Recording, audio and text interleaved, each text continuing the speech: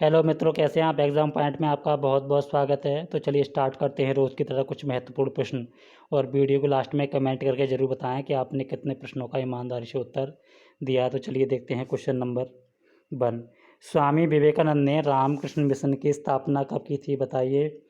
स्वामी विवेकानंद ने रामकृष्ण मिशन की स्थापना कब की थी।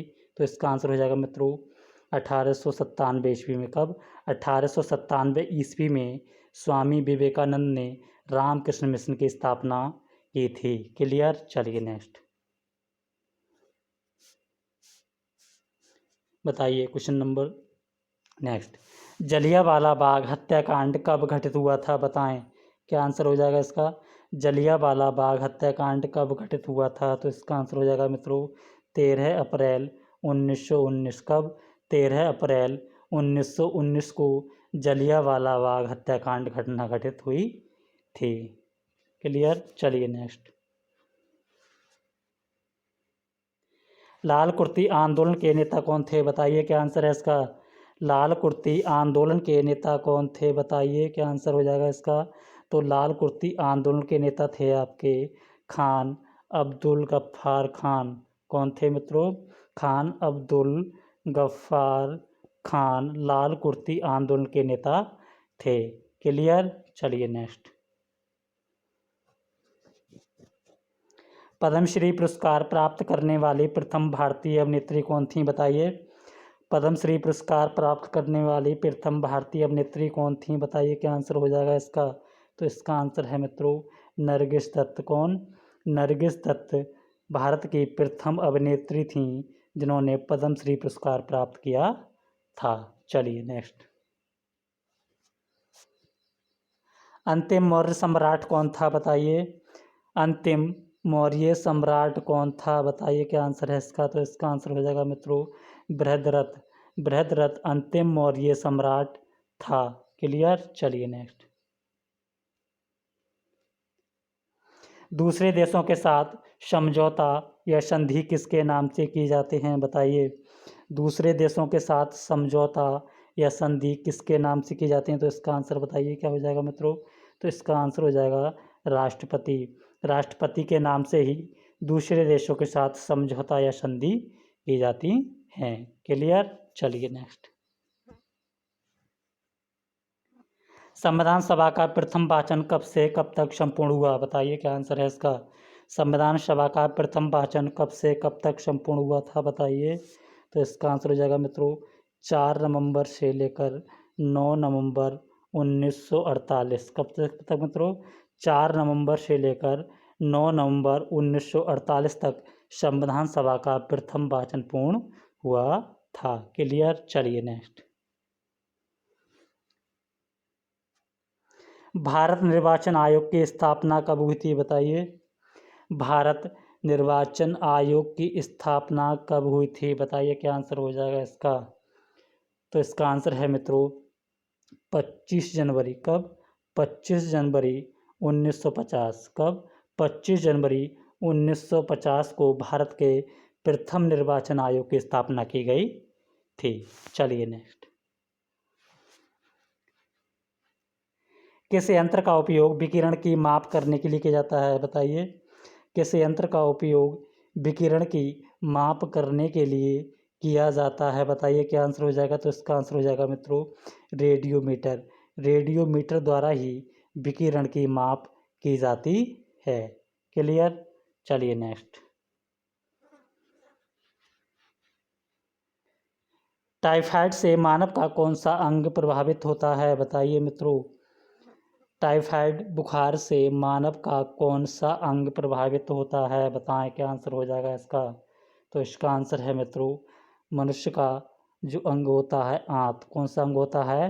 आंत अंग जो होता है वो टाइफाइड से प्रभावित होता है। क्लियर। चलिए नेक्स्ट। दिल्ली की जामा मस्जिद का निर्माण किस मुगल शासक ने करवाया था, बताइए। दिल्ली की जामा मस्जिद का निर्माण किस मुगल शासक ने करवाया, बताएं। क्या आंसर है इसका? बताइए। तो इसका आंसर हो जाएगा मित्रों शाहजहाँ द्वारा। किसके द्वारा? शाहजहाँ के द्वारा दिल्ली की जामा मस्जिद का निर्माण करवाया गया था। क्लियर। चलिए नेक्स्ट। किस अधिनियम के अंतर्गत बंगाल के गवर्नर को गवर्नर जनरल पद नाम दिया गया, बताइए। किस अधिनियम के अंतर्गत बंगाल के गवर्नर को गवर्नर जनरल पद नाम दिया गया था? तो इसका आंसर हो जाएगा मित्रों 1773 के रेगुलेटिंग एक्ट के द्वारा। किसके तहत? 1773 के रेगुलेटिंग एक्ट के द्वारा ही बंगाल के गवर्नर को गवर्नर जनरल पद नाम दिया गया था।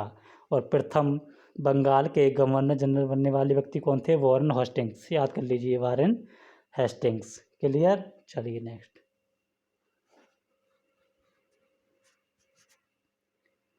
संविधान के कौन से संशोधन द्वारा एक ही व्यक्ति को 2 या 2 से अधिक राज्यों का राज्यपाल नियुक्त किया जा सकता है? बताएं, क्या आंसर हो जाएगा इसका? संविधान के कौन से संशोधन द्वारा एक ही व्यक्ति को 2 या 2 से अधिक राज्यों का राज्यपाल नियुक्त किया जा सकता है? बताए, क्या आंसर हो जाएगा इसका? तो इसका आंसर हो जाएगा मित्रों संविधान के 7वें संशोधन द्वारा। कौन से मित्रों? संविधान के 7वें संशोधन द्वारा, जो आपका 1956 में हुआ था। कब हुआ था? 1956 में हुआ था। इस संशोधन के द्वारा एक ही व्यक्ति को, किसको? एक ही व्यक्ति को 2 या 2 से अधिक राज्यों का राज्यपाल हम बना सकते हैं। क्लियर। चलिए नेक्स्ट। वर्तमान में राज्यपाल का वेतन कितना है? बताएं, क्या आंसर हो जाएगा इसका? वर्तमान में राज्यपाल का वेतन कितना है? बताइए, क्या आंसर है इसका? तो वर्तमान में राज्यपाल का वेतन 3.5 लाख रुपए। कितना है मित्रों? 3.5 लाख रुपया। कितना है? 3.5 लाख रुपया वर्तमान में राज्यपाल का वेतन है। क्लियर। चलिए नेक्स्ट। प्राकृतिक गैस, जिसे एलपीजी भी कहते हैं, किन किन गैसों का मिश्रण होती है? बताइए मित्रों। प्राकृतिक गैस एलपीजी किन किन गैसों का मिश्रण होती है? तो इसका आंसर हो जाएगा मित्रों ब्यूटेन। ठीक है, ब्यूटेन प्लस प्रोपेन गैस। किसका मित्रों? प्रोपेन गैस का मिश्रण होती है। तो एलपीजी किन किन गैसों का मिश्रण होती है? ब्यूटेन और प्रोपेन का मिश्रण होती है। क्लियर। चलिए नेक्स्ट। आर्गन गैस की खोज किसने की थी? बताइए मित्रों। आर्गन गैस की खोज किसने की थी? बताइए, क्या आंसर हो जाएगा इसका? तो इसका आंसर है मित्रों रैमजे ने। किसने मित्रों? रैमजे ने आर्गन गैस की खोज की थी। क्लियर। चलिए नेक्स्ट। सार्क का मुख्यालय कहाँ स्थित है? बताएं, सार्क का मुख्यालय कहाँ स्थित है? बताइए, क्या आंसर हो जाएगा इसका? तो इसका आंसर हो जाएगा मित्रों सार्क का मुख्यालय काठमांडू में। कहाँ? काठमांडू में स्थित है। कहाँ स्थित है मित्रों? काठमांडू में स्थित है। क्लियर। चलिए नेक्स्ट। राष्ट्रीय कृषि एवं ग्रामीण विकास बैंक की स्थापना कब हुई थी? बताइए। राष्ट्रीय कृषि एवं ग्रामीण विकास बैंक नाबार्ड की स्थापना कब हुई थी? बताइए, क्या आंसर हो जाएगा इसका?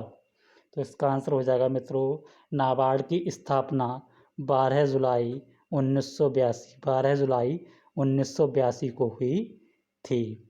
तो नाबार्ड की स्थापना कब हुई थी मित्रों? 12 जुलाई 1982 को हुई थी। क्लियर। चलिए नेक्स्ट।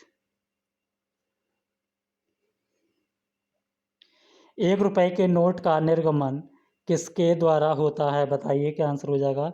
1 रुपए के नोट का निर्गमन किसके द्वारा होता है? बताइए। तो इसका आंसर हो जाएगा मित्रों वित्त मंत्रालय द्वारा। किसके द्वारा? वित्त मंत्रालय के द्वारा 1 रुपए नोट का निर्गमन होता है। और 1 रुपए के नोट पर हस्ताक्षर किसके होते हैं? तो ये भी याद कर लीजिए, वित्त सचिव के। किसके होते हैं मित्रों? वित्त सचिव के। क्लियर। चलिए नेक्स्ट।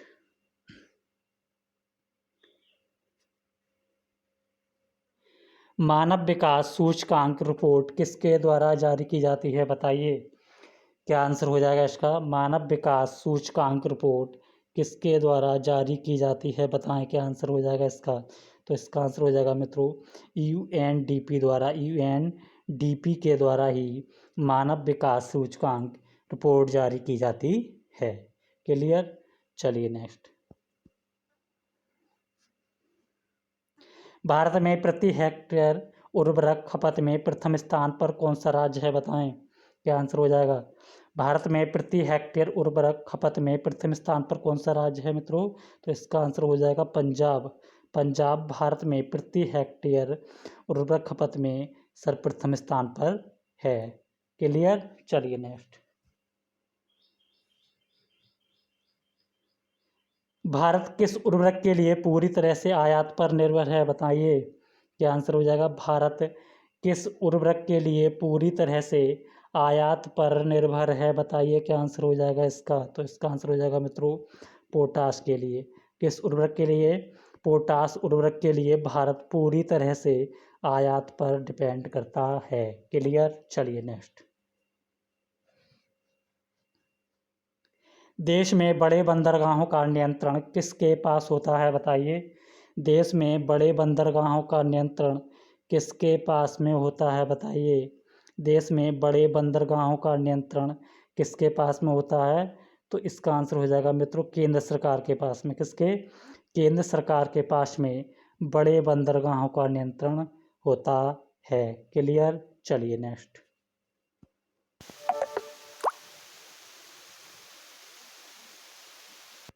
केन्या की राजधानी व मुद्रा का नाम क्या है, बताइए। केन्या की राजधानी व मुद्रा का नाम क्या है, बताइए मित्रों। क्या आंसर हो जाएगा इसका, तो इसका आंसर हो जाएगा, बताइए मित्रों। केन्या की राजधानी व मुद्रा का नाम क्या है, तो केन्या की राजधानी का नाम मित्रों नैरोबी। क्या है। नैरोबी है। और वहीं मुद्रा का नाम भी याद कर लीजिए, मुद्रा का नाम शिलिंग। क्या है मित्रों। मुद्रा का नाम शिलिंग है। क्लियर। एक बार फिर समझिए। केन्या की राजधानी का नाम क्या है मित्रों नैरोबी, और वही मुद्रा का नाम क्या है शिलिंग। क्लियर। चलिए नेक्स्ट। ब्रह्मपुत्र नदी का उद्गम किस स्थान से होता है, बताइए। ब्रह्मपुत्र नदी का उद्गम किस स्थान से होता है, बताएं। क्या आंसर हो जाएगा इसका, तो इसका आंसर हो जाएगा मित्रों मानसरोवर झील से। किससे।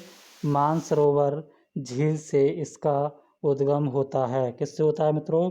ब्रह्मपुत्र नदी का उद्गम मानसरोवर झील से होता है। किससे होता है। मानसरोवर झील से होता है। किससे होता है। मानसरोवर झील से होता है। क्लियर। चलिए नेक्स्ट। भारत में बॉक्साइट का सर्वाधिक उत्पादन किस राज्य से होता है, बताइए। भारत में बॉक्साइट का सर्वाधिक उत्पादन किस राज्य से होता है, तो इसका आंसर हो जाएगा मित्रों भारत में बॉक्साइट का सर्वाधिक उत्पादन उड़ीसा राज्य से होता है। किससे होता है मित्रों। उड़ीसा राज्य से होता है। क्लियर। चलिए नेक्स्ट। विश्व का सबसे बड़ा मरुस्थल कहाँ स्थित है, बताइए। पहले ये समझ लीजिए विश्व का सबसे बड़ा मरुस्थल है कौन सा, तो पहले ये याद कर लीजिए। विश्व का सबसे बड़ा मरुस्थल मित्रों सहारा है। कौन सा है। सहारा है। और ये उत्तरी अफ्रीका में, कहाँ मित्रों। उत्तरी अफ्रीका में स्थित है। कहाँ स्थित है। उत्तरी अफ्रीका में स्थित है। क्लियर। चलिए नेक्स्ट। विश्व के कौन से महाद्वीप से विषुवत, कर्क एवं मकर रेखा तीनों गुजरते हैं, बताइए। तीनों गुजरती हैं, बताइए मित्रों। क्या आंसर हो जाएगा इसका। विश्व के कौन से महाद्वीप से विषुवत, कर्क और मकर रेखा तीनों गुजरती हैं, तो इसका आंसर हो जाएगा मित्रों अफ्रीका महाद्वीप से। कौन से अफ्रीका महाद्वीप से ये तीनों रेखाएं कौन कौन सी विषुवत रेखा, कर्क रेखा और मकर रेखा तीनों गुजरती हैं। क्लियर। चलिए नेक्स्ट। एशिया का क्षेत्रफल की दृष्टि से सबसे छोटा देश कौन सा है, बताएं। क्या आंसर हो जाएगा। एशिया का क्षेत्रफल की दृष्टि से सबसे छोटा देश कौन सा है, बताइए मित्रों। तो इसका आंसर हो जाएगा मालदीव। कौन सा आंसर, क्या आंसर हो जाएगा मित्रों। मालदीव एशिया का सबसे छोटा क्षेत्रफल की दृष्टि से देश है। और सबसे बड़ा कौन सा है, तो सबसे बड़ा भी याद कर लीजिए मित्रों। सबसे बड़ा आपका है चीन। तो एशिया का क्षेत्रफल की दृष्टि से सबसे छोटा देश कौन सा है, मालदीव। और सबसे बड़ा कौन सा हो जाएगा मित्रों, चीन। क्लियर। चलिए नेक्स्ट। गुरु शिखर पर्वत चोटी किस राज्य में स्थित है, बताएं। गुरु शिखर पर्वत चोटी किस राज्य में स्थित है? तो इसका आंसर हो जाएगा मित्रों राजस्थान। किस पर? अरावली पर्वत पर। ठीक है मित्रों, अरावली पर्वत पर गुरु शिखर पर्वत चोटी स्थित है, जो अरावली पर्वत की सबसे बड़ी चोटी है। और अरावली पर्वत कहाँ है आपका? राजस्थान में। क्लियर? चलिए नेक्स्ट। वेल्थ ऑफ नेशंस के लेखक कौन हैं बताइए? वेल्थ ऑफ नेशंस के लेखक कौन हैं? क्या आंसर हो जाएगा मित्रों? तो इसका आंसर हो जाएगा Adam Smith. Adam Smith wealth of Nations पुस्तक के लेखक हैं। क्लियर? चलिए नेक्स्ट। मूल संविधान में लोकसभा के सदस्यों की संख्या कितनी निश्चित की गई थी बताइए? मूल संविधान में लोकसभा के सदस्यों की संख्या कितनी निश्चित की गई थी? तो इसका आंसर हो जाएगा मित्रों 500। मूल संविधान में लोकसभा के सदस्यों की संख्या 500 निश्चित की गई थी। क्लियर? चलिए नेक्स्ट।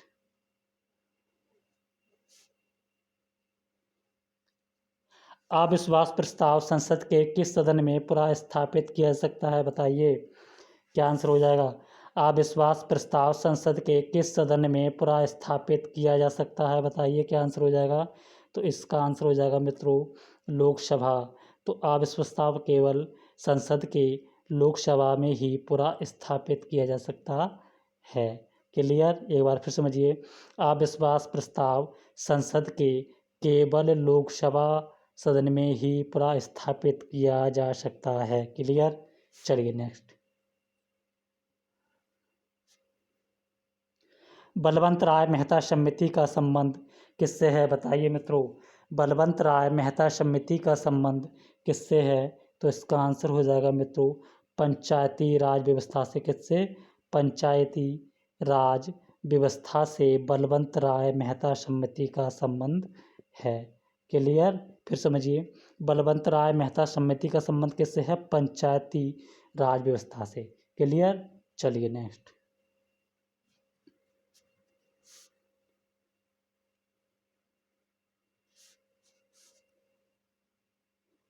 बस मित्रों इतने ही क्वेश्चन थे। और एक क्वेश्चन आपके लिए कमेंट में आपको जरूर बताना है कि मानव विकास सूचकांक का प्रतिपादन किसने और कब किया था? ठीक है मित्रों, ये क्वेश्चन आपके लिए है। कमेंट में आपको करके बताना है कि मानव विकास सूचकांक का प्रतिपादन किसने और कब किया था। क्लियर? चलिए, वीडियो आपको पसंद आई है तो चैनल को सब्सक्राइब करें और लाइक करें और शेयर भी करें। धन्यवाद।